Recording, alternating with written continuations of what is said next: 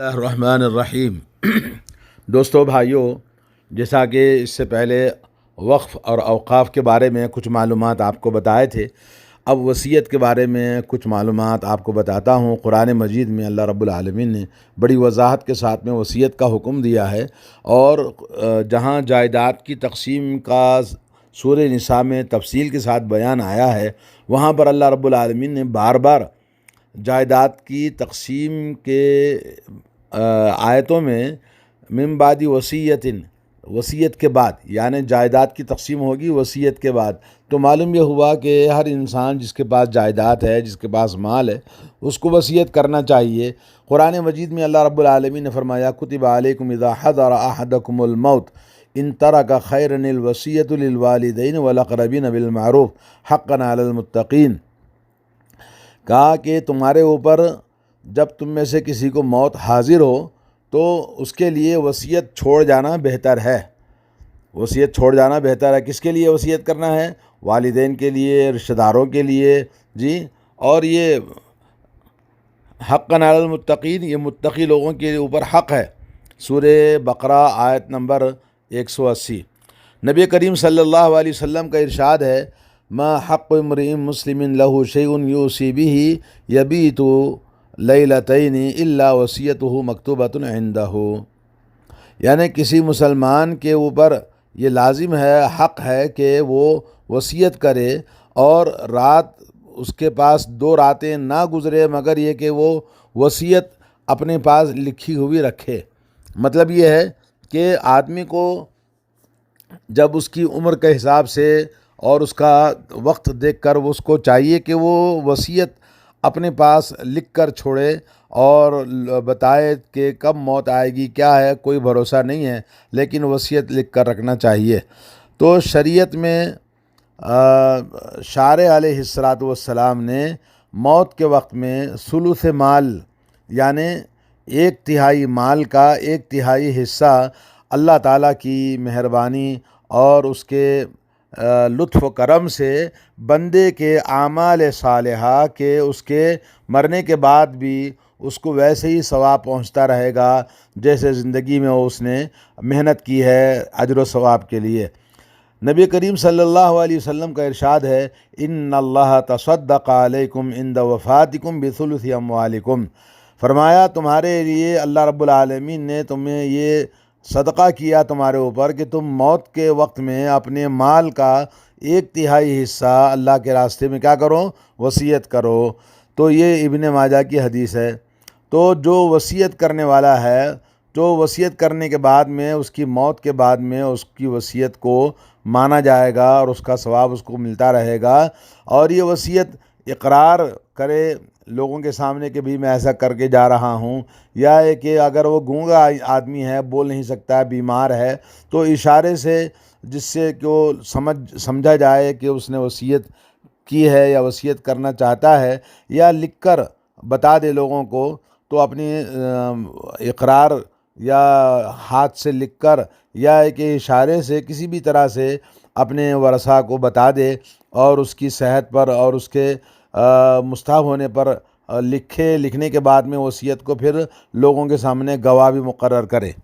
یعنی انسان کی وصیت 3 چیزوں سے ثابت ہو جاتی ہے۔ ایک تو یہ کہ وہ لکھ کے رکھے، لکھ کر دے لوگوں کو۔ دوسرا یہ کہ لوگوں کے سامنے اقرار کر کے بتا دے، اپنی زبان سے کہہ دے کہ جی گواہ رہنا کہ میں نے فلاں چیز کو وصیت کر دی ہے، یہ میرے مرنے کے بعد میں راہ سبیل اللہ یہ ہوگا۔ تیسرا ہے کہ اشارے سے جس کو آدمی بیمار ہے، بولا نہیں جا سکتا ہے یا گونگا ہے، تو ایسی صورت میں اس کی زبان کبھی پڑ جاتی ہے، فالج وغیرہ ہو جاتا ہے، تو اس صورت میں اشارے سے بھی وصیت کر سکتا ہے۔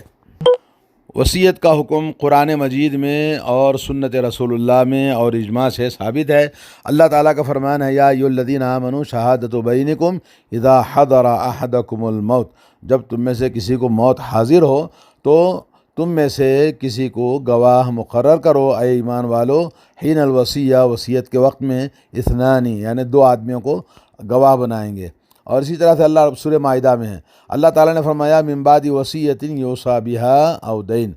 سورہ نساء آیت نمبر 12 میں اللہ تعالیٰ نے فرمایا کہ وصیت کے بعد جس کی وصیت کرنی ہے موسی یعنی جس کو وصیت کرنا ہے، یا یہ کہ اس کے اوپر جو قرض ہے تو جائیداد کی تقسیم وصیت کے بعد، اور اگر اس کے اوپر قرض ہے تو قرض ادا کرنے کے بعد میں اس کی جائیداد کی تقسیم ہوگی۔ جی، وصیت دو قسم کی ہوتی ہے، ایک وصیت ہے واجب اور لازم، یعنی کوئی انسان اگر اس کے ذمے لوگوں کے حقوق ہیں یا اس کے پاس کسی کی امانتیں ہیں اور ان کے پاس کوئی اگریمنٹ ہے تو ضروری ہے کہ وہ اس کی وضاحت کرے اور اس کو لکھ دے اور اس کو یہ لوگوں کو بتانا، وصیت کرنا واجب ہے۔ اگر قرض ہیں لوگوں کے یا لوگوں کی امانتیں یا لوگوں کے اگریمنٹ ہیں، لوگوں کے ساتھ معاملات ہیں، تو وہ تمام چیزیں اگر اپنی زندگی میں اس کو اگر کچھ ہو جائے تو اور اس کے ساتھ وہ چیز جو اس کے اوپر ہے اس کو لوگوں کو بتانا ضروری ہے، تاکہ اس کے مارنے کے بعد میں اس کے جو اوپر حقوق ہیں لوگوں کی ذمہ داریاں ہیں تو اس کو پورا کیا جائے۔ یہ لازم اور واجب وصیت ہے۔ اور دوسری وصیت ہے مسنون ہے، ترغیب دلائی گئی ہے، وہ واجب نہیں ہے۔ جیسے کوئی آدمی مرنے سے پہلے اس کے پاس جائیداد ہے، مال ہے، تو اپنے مال کی 1/3 یا اس سے کم وصیت کر سکتا ہے کسی کے لیے، یہ مستحب ہے، یہ مسنون ہے، مستحب ہے، اور یہ اس کے اعمال خیر میں صدقہ جاریہ کے طور پر، اور یہ مختلف راستے ہیں، مختلف طریقے ہیں۔ جو کوئی آدمی ایک آدمی کے لیے، خاندان کے کسی فرد کے لیے یا اپنے کسی عزیز کے لیے یا کسی خاص جگہ کے لیے، جیسے مسجد ہے یا مدرسہ ہے یا کوئی اور مکتبہ یعنی لائبریری ہے یا کسی اور اسی طرح سے جہاں بھی لوگوں کو فائدہ ہو، کار خیر میں لوگوں کو وصیت کر سکتا ہے۔ حضرت سعد بن ابی وقاص رضی اللہ تعالیٰ عنہ فرماتے ہیں کہ میں جب بیمار ہوا تو رسول اللہ صلی اللہ علیہ وسلم میری زیارت کے لیے آئے۔ مجھ سے رسول اللہ صلی اللہ علیہ وسلم نے فرمایا، اوصیتا، کیا تم نے وصیت کر دیا ہے؟ میں نے کہا نعم، اوصیت بمالی کلہ للفقراء وفی سبیل اللہ، میں نے اپنے سارے مال کو فقراء اور مساکین کے لیے اور اللہ کے راستے میں پورا مال میں نے وصیت کر دیا ہے۔ فقال علی رسول اللہ صلی اللہ علیہ وسلم اوصی بالعشر، کہا کہ نہیں، اتنا سب نہیں ہے، بلکہ 10واں حصہ تم وصیت کرو۔ فقلت یا رسول اللہ ان مالی کثیر، کہا کہ یا رسول اللہ میرے پاس مال بہت ہے اور جو میرے وارثین ہیں وہ مالدار لوگ ہیں، ان کو ضرورت نہیں ہے مال کی۔ حضرت سعد بن ابی وقاص کہتے ہیں کہ رسول اللہ صلی اللہ علیہ وسلم برابر مجھ سے کم کراتے رہے اور میں کم کرتا رہا، یہاں تک کہ آپ صلی اللہ علیہ وسلم نے فرمایا اوصی بالثلث والثلث کثیر، کہا کہ 1/3 تم وصیت کرو، 1/3 بھی بہت زیادہ ہے۔ متفق علیہ، بخاری مسلم کی حدیث ہے۔ تو کسی بھی انسان کے لیے وصیت کرنا مستحب ہے، اور اپنے رشتہ داروں کے لیے، کسی بھی اور کے لیے، غیروں کے لیے وصیت کر سکتا ہے، فقراء، مساکین، اللہ کے راستے میں جو بھی طریقے ہیں کر سکتے ہیں۔ تیسری وصیت ہے کہ وصیت کی قسم حرام ہے۔ حرام وصیت یہ ہے کہ کسی وصیت میں اکثر دیکھا جاتا ہے کہ باپ ہے، ماں ہے، اگر کوئی لڑکا گھر میں ان کو خدمت نہیں کیا، یا یہ کہ کوئی لڑکے پر ان کو زیادہ پیار ہوتا ہے، کوئی ماں یا باپ کیا کرتے ہیں کہ بھئی فلاں بیٹے کو یہ دے دو، فلاں کو یہ دے دو، فلاں کو یہ مت دو، فلاں کو وہ مت دو، اس طرح سے وصیت کرتے ہیں، تو یہ حرام ہے۔ ان اللہ اعطی لکل ذی حق حقہ ولا وصیۃ لوارث، نبی علیہ الصلوۃ والسلام نے فرمایا کہ اللہ رب العالمین ہر حقدار کو اس کا حق دے دیا ہے، کسی وارث کو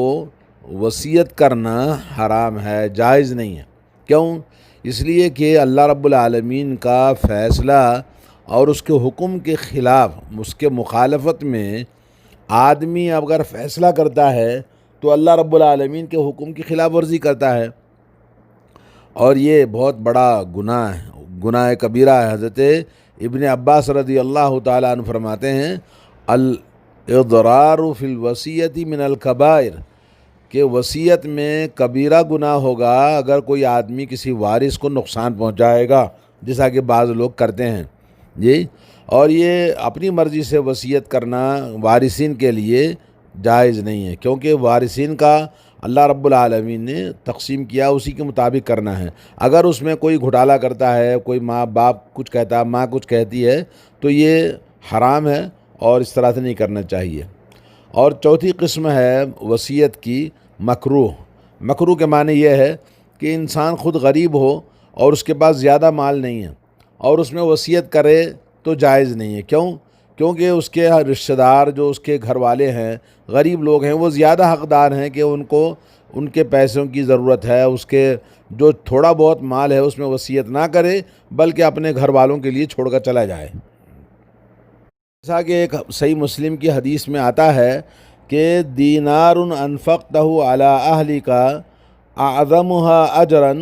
الذی انفقتہ علی اہلک، یعنی اپنے گھر والوں پر ایک دینار جو تم خرچ کرتے ہو زیادہ اجر و ثواب ہے بمقابل کس کے؟ اللہ کے راستے میں خرچ کرنے، مسکین کو دینے، کسی اور محتاج کو دینے، اس کے مقابل میں اپنے گھر والوں کو دینا زیادہ اجر ہے. حضرت سعد بن ابی وقاص رضی اللہ تعالیٰ عنہ نے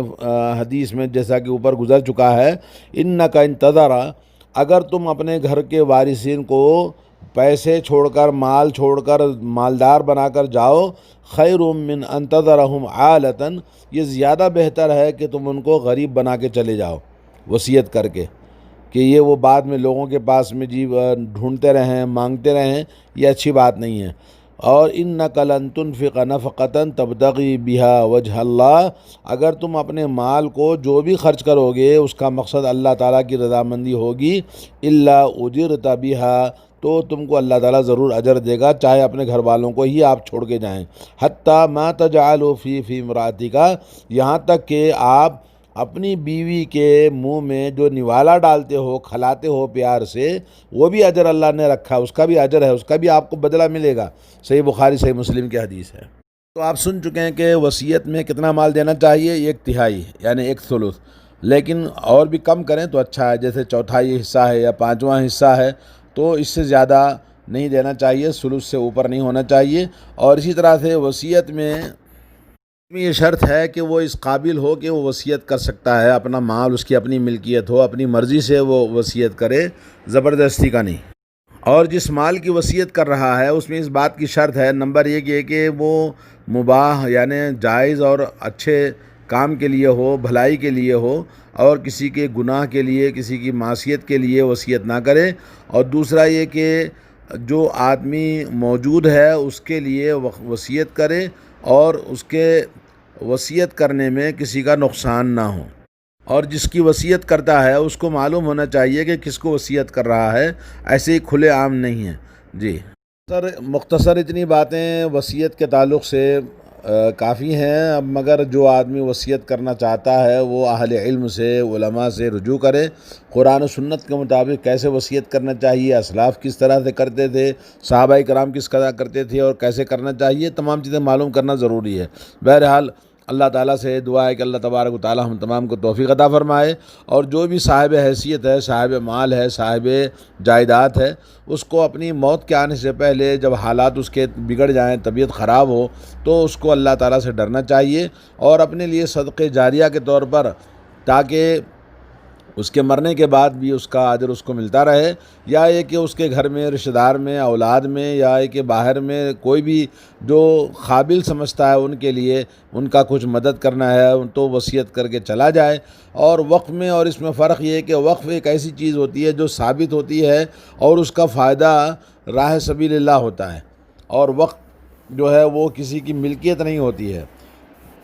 اس کے برعکس وصیت جو ہے وہ ملکیت ہوتی ہے، کسی کو ہم کوئی چیز عطا کرتے ہیں تو اس کی اپنی خاص ہوتی ہے، اس میں وہ اپنا تصرف کر سکتا ہے. وقف کے اندر ایسا نہیں ہوتا، وقف جو ہے وہ ہمیشہ ثابت رہتا ہے اور اس کا فائدہ وہ لوگوں کو پہنچتا رہتا ہے،